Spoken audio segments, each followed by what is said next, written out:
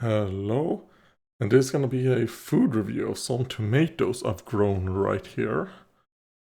This big red one was supposed to be a tiny Tim. Obviously it is not, no idea what type of tomato this is. Um, because like I said, the place that I bought a lot of the seeds from seems to have been some big problems with those because a lot of seeds didn't germinate, or obviously, as you can see right here, are the wrong thing. Like for example, this was also supposed to be a tiny Tim. And it is obviously not, it's something else. Because tiny Tims, well, I don't think they're even supposed to get this big. And they're not supposed to be yellow, they're supposed to be red. But so far, I mean, I've had some of these yellow ones earlier, and they've been pretty good, actually. So it's not like a horrific thing that it turned out the way they did. They are pretty tasty. Let's see how this one is.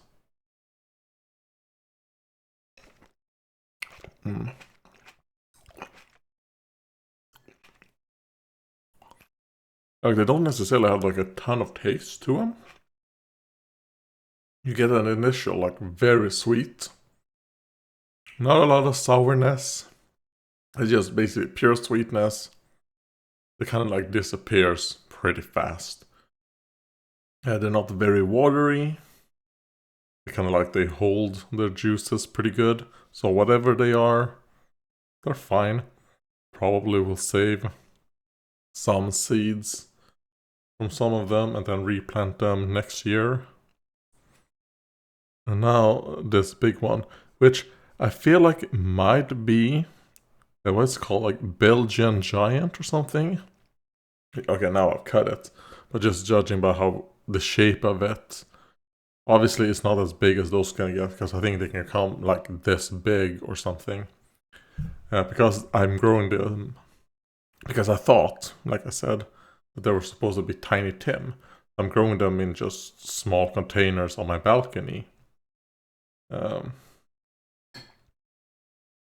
that's probably why. But I mean, they are producing a decent amount. I'm getting like 20 to 40 tomatoes. And they're kind of like, I mean, this is one of the biggest ones. The others have been a little bit smaller, but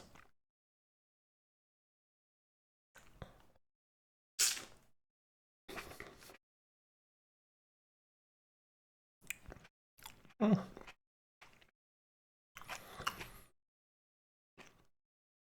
mean, it is pretty. Like, it doesn't have a lot of sweetness. It has absolutely zero sourness. The yellow one has like a 1 or a 2. This is like a 0. And it also is kind of like a 3 in sweetness for this. It is very meaty. I mean, you probably see like it's not dripping or anything. It's a very meaty tomato.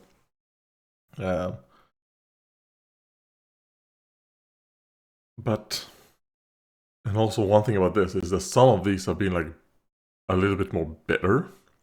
Like they're still ripe like this, but you get like the occasional tomato that has a little bit of like bitterness to it. Yeah, which kind of makes me go like they're not the best salad tomatoes, which is obviously we don't tend to eat tomatoes like this. Tend to put them in salads. So I'm not gonna save any seeds from these like big red ones. Could be, like I said, they're not probably growing in the right amount of soil that they really want. Like even if I had one of these in one of those planters, it would probably still be too little soil. But there's 2 of these plants growing in the same container. That actually have even less soil than you would think, because it's one that you can fill so that it fills water from the bottom, then gets wicked up. So there's probably like in that whole container like 50% for the water and the stones, and then, soil. It is why they would have been good if I would have actually got what I paid for. But yeah, I mean, this one wasn't bitter. But who knows?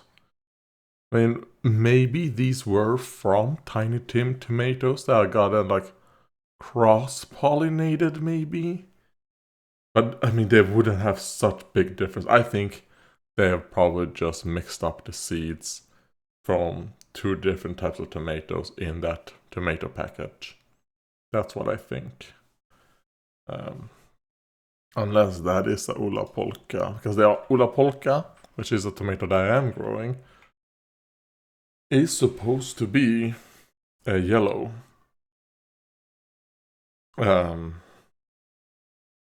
But the one Ola Polka plant I have that I know is a Ola Polka, like it looks like these ones. It haven't fruited yet, but the way the actual plants look with growing and how those flowers look makes what's called, it matches what you see when you search for Ola Polka, while this yellow tomato right here does not. The shape of the leaves, the way that the tomato flowers look, and also the stem that the tomatoes grow do not look the same as an Ola Polka. So that's why I don't think it's a mistake on my part. Not only because I actually wrote down which seed was what. Because I did buy these from, I'll say it, Chili Lovers. That's where I bought them. And I bought seeds from them before. Like, the seeds that I bought, the chili seeds, like 2 or 3 years ago that I bought, were really good. Really, really good. But the last purchase I did with, these tomatoes, I mean, I have another tomato seed packet that I bought at the same time, the off-green zebra, that I didn't plant this year. I was planning on planting them next year. Those green zebra. Who knows if that package is actually correct? Will I actually get green zebras? Who knows? And then I also bought white habaneros, which not a single germination. I think that's the only chili I bought last year, technically for this year to grow. Because, well, I have saved seeds from, chili plants that I've been growing. Even though I haven't really planted a lot of those seeds because of the fact that, like, for example, my chocolate ghost pepper is still surviving, producing some fruit. And then the normal ghost pepper is exploded. It has, like, it's probably gonna get like 60 or 70 ghost peppers from that one this year. So I haven't had like a need to plant chilies. Especially since, like I said, last year we probably got, if we took all of our chilies and put them together, probably like 1,000 different chilies was produced on our balcony and on our windowsills last year. So we kind of like got a bit too much chili. We still have chili powder from last year. So yeah. So that's why.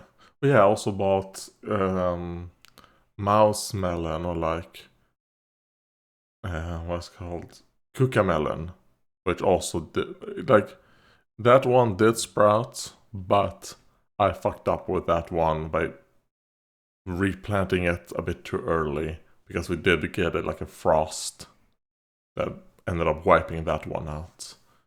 I did not make that mistake with other things because they didn't even sprout inside. But I did fuck up with the cucamelons. So will I grow those again? Try. Maybe. I'll see. Maybe I'll try another round of cucamelons or something. something that isn't part of the nightshade family, because like I said, tomatoes and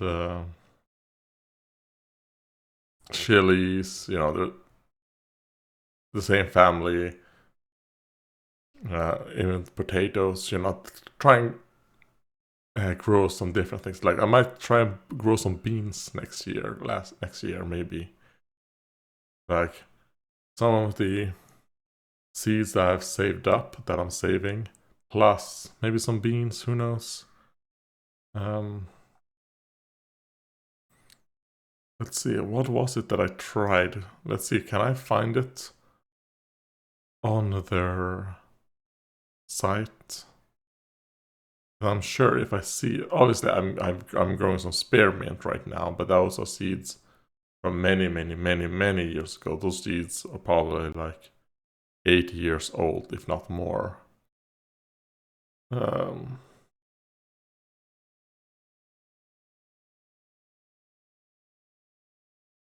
Can't.